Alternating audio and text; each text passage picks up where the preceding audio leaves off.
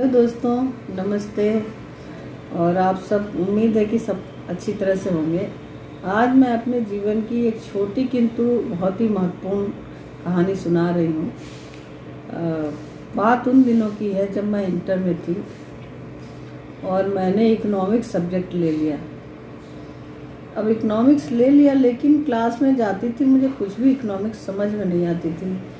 जो text book उन्होंने हमें दी थी इंटर में, जो चलती थी उस समय, वो भी मुझे समझ में नहीं आती थी। पता नहीं क्यों नहीं आती थी। और बड़े परेशान थे।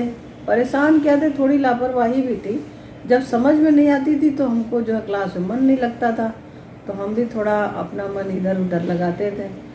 सही ढंग से चिंता भी नहीं कर रहे थे कि क्या होगा।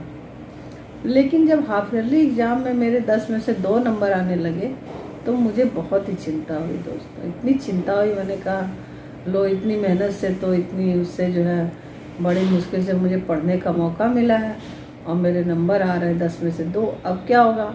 मुझे चिंता बढ़ी। तो दोस्तों, मेरी बड़ी ही अच्छी एक कहें या ख़राब आदत कह दें कि मुझे किताबों से बड़ा लगाव है। तो फिर मैं मार्केट गई, किताबों की मार्केट में गई। मैंने सोचा शायद जो मेरी टेक्स्ट बुक है वो मुझे समझ में नहीं आ रही है, तो हो सकता है कोई अच्छी सी किताब मुझे मिल जाए हिंदी मीडियम की, इकोनॉमिक्स की, उससे मुझे समझ आ जाए। तो कई दिन जाते थे स्कूल के बाद, जो है ये स्कूल के पहले बाद, मैं किताबों की दुकान अमीनाबाद में जाती थी, जहाँ पुरानी किताबों का ढेर लगा रहता था हर दुकान पे, और सब में देखती थी, कुछ समझ में नहीं आता था। फिर एक दिन मुझको एक किताब मिली इकोनॉमिक्स की। वो थी कि अर्थशास्त्र के सरल सिद्धांत नाम से बुक थी। राइटर का तो मुझे याद नहीं कौन है, लेकिन जैसे मैंने उस किताब को उठाया और 2-4 पन्ने पलटे ही कि मुझे एकदम से लगा कि बस यही तो है। इस किताब को पढ़ते ही मुझे समझ में आ गया कि आखिर काफ़ी महंगी थी वो भी, मेरा ख्याल 30-40 रुपये की उस समय किताब थी वो, पुराने रेट पे, काफ़ी मोटी थी। फिर मैं उसको घर लाई और मैं उसको पहले चैप्टर से पढ़ना शुरू किया। जब मैंने उसको जो है पढ़ना शुरू किया, तब मुझे एकदम, कहते हैं कि ना, इतना अच्छा लिखा था, उतना आसानी से लिखा था कि मुझे बात समझ आ गई। कि जैसे एक छोटा सा सिद्धांत ये है कि इकोनॉमिक्स में बचत किसको कहते हैं। बचत का मतलब ये होता है कि अगर आपको 5 रोटी की भूख है लेकिन आपने खाया 4 रोटी, तो वो 1 रोटी हमारी बचत में गिनी जाती है। ये ऐसा कॉन्सेप्ट है। इस तरह के कॉन्सेप्ट से मैं पढ़ने लगी और मुझे पूरी इकोनॉमिक्स की जो बेसिक चीज़ें हैं सब समझ में आ गई।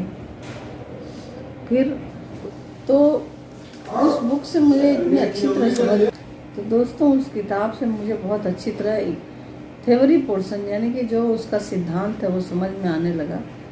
और सेकंड पोर्शन में स्टैटिस्टिक थी, तो उसमें वो भी मुझे उसमें इतनी अच्छी तरह समझाया गया था, उसके जो एग्जाम्पल थे, कि मुझे वो भी काफ़ी समझ में आने लगा और मैं न्यूमेरिकल भी काफ़ी करने लगी। अंत में मेरा फाइनल एग्ज़ाम आया दोस्तों। तो दोस्तों आप यकीन नहीं मानोगे कि लास्ट में मैंने स्कूल में, अपने कॉलेज में इकोनॉमिक्स में टॉप किया। और उस समय इंटर में 68 नंबर हिंदी मीडियम यानी कि यूपी बोर्ड से पाना बड़ी बात थी। और 10 नंबर मेरे इसलिए कट गए थे दोस्तों कि एग्ज़ाम में मेरे पीछे एक लड़की बैठी थी जो मुझे बहुत डिस्टर्ब कर रही थी, वरना नहीं तो 78 नंबर होते। 10 नंबर का मेरा स्टैटिस्टिक का एक क्वेश्चन सारा सही करते करते अचानक से मैंने आंसर थोड़ा सा गलत लिख दिया, उसमें 1 अंक। और जैसे मैंने पेपर जमा किया उसके तुरंत बाद मुझे याद आया कि कुछ गलती हो गई है मेरे एक क्वेश्चन में। तो कहने का मतलब उसमें मैंने कॉलेज में टॉप किया। तो दोस्तों ये थी मेरे 0 से हीरो बनने की कहानी। और आगे एक नई कहानी में आपको फिर एक प्रेरणादायक कहानी मैं सुनाऊंगी। और तब तक के लिए दोस्तों नमस्कार। आप स्वस्थ रहें, मस्त रहें। फिर मिलेंगे अगले एपिसोड में एक नई और छोटी कहानी के साथ, जो प्रेरणादायक कहानी होगी।